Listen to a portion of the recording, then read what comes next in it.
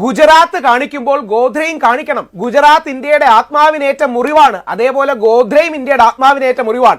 ഞാൻ RSSകാരനൊന്നുമല്ല. RSകാരുടെയും BJPക്കാരുടെയും മുഖത്ത് നോക്കി നിങ്ങളുടെ ഇസ്ലാമോഫോബിയ ഈ രാജ്യത്തെ നശിപ്പിക്കുമെന്ന് പറയുന്ന വ്യക്തിയാണ്. പക്ഷേ 59 RSSകാർ മരിച്ചാലും മനുഷ്യർ മരിച്ചതാണ് എന്നുള്ളൊരു തിരിച്ചറിവ് നോക്ക് വേണം.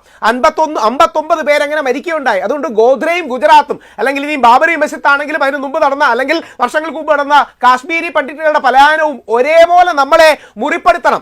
അതുകൊണ്ട് സാത്താനിക് വേഴ്സസും തെറ്റാണ്. സാത്താനിക് വേഴ്സസ് നിരോധിക്കുകയും MF ഹുസൈനെ ആഘോഷിക്കുകയും ചെയ്യരുത്. സാത്താനിക് വേഴ്സസും തെറ്റാണ്. പ്രവാചകൻ മുഹമ്മദ് നബി സല്ലല്ലാഹു അലൈഹി വസല്ലത്തെ അപമാനിക്കുന്നതുകൊണ്ട് MF ഹുസൈനും തെറ്റാണ്.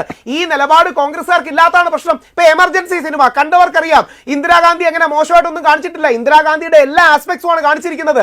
രാഹുൽ ഗാന്ധി പോലും തള്ളി പറയുന്ന എമർജൻസിയെ നമ്മൾ എന്തിനാ ഗ്ലോറിഫൈ ചെയ്യുന്നത്? ഇനി കേരള സ്റ്റോറി വന്നു, 3നെ 32,000 കള്ളം പറഞ്ഞു. 3 സത്യമാണ്, 32,000 കള്ളമാണ്. ഇങ്ങനെ ഒരു ബാലൻസ് എടുത്തൂടെ?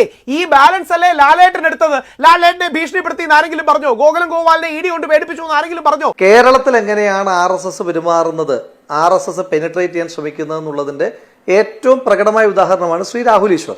അതായത് ഗുജറാത്തിലാണെങ്കിൽ ഇവർ പ്രത്യക്ഷത്തിൽ തന്നെ പറയും. അപ്പോൾ താങ്കൾ നേരത്തെ പറഞ്ഞതുപോലെ ചോര തന്നെ പൊടിയിക്കും, കത്തി തന്നെ കുത്തിയിറക്കും, ഭ്രൂണത്തിൽ കുത്തി നിർത്തും. അത് ഗുജറാത്ത്, അതവിടെ ഓടുമെന്ന് അവർക്കൊരു തോന്നലുണ്ട്. കേരളത്തിലാകുമ്പോൾ അത് കഴിയില്ല. അപ്പൊ ഗുജറാത്തിൽ ആര് മതി? അർണബ് ഗോസ്വാമി മതി.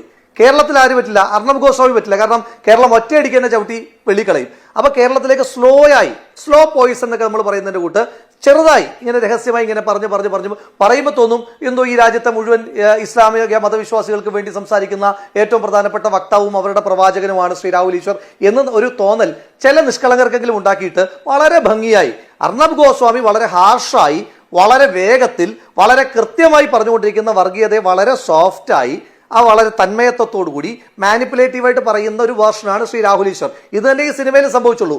ഗുജറാത്ത് കലാപത്തെ പറ്റിയിട്ടുള്ള സിനിമകൾക്ക് തിയേറ്റർ അടച്ചിട്ടിട്ട് സമ്മർദ്ദം ചെലുത്തി. കേരളത്തിലേക്ക് വരുമ്പോൾ അത് രാഹുൽ ഈശ്വറിന്റെ മോഡിലേക്ക് മാറുന്നു. എന്താണ്? കുറച്ചുകൂടെ സോഫ്റ്റായി, കുറച്ചുകൂടി ചിരിച്ചുകൊണ്ട് മോഹൻലാൽ എന്ന് പറയുന്ന കേരളത്തിന്റെ ഏറ്റവും പ്രധാനപ്പെട്ട നായക നടൻ, കഴിഞ്ഞ 50 വർഷക്കാലമായി മലയാളിയുടെ അഭിമാനമായ മനുഷ്യൻ, ആ മനുഷ്യനെ സമ്മർദ്ദപ്പെടുത്തി, ആ സിനിമയുടെ പിന്നിൽ പ്രവർത്തിക്കുന്ന മുഴുവൻ ആളുകളെ സമ്മർദ്ദപ്പെടുത്തി. സിനിമയിൽ അത് കൃത്യമായി പറയുന്നുണ്ട്. അങ്ങനെ രാഹുൽ ഈശ്വറിന് കൂടി മറുപടി പറയാനുള്ള അവസരം കൊടുക്കാം.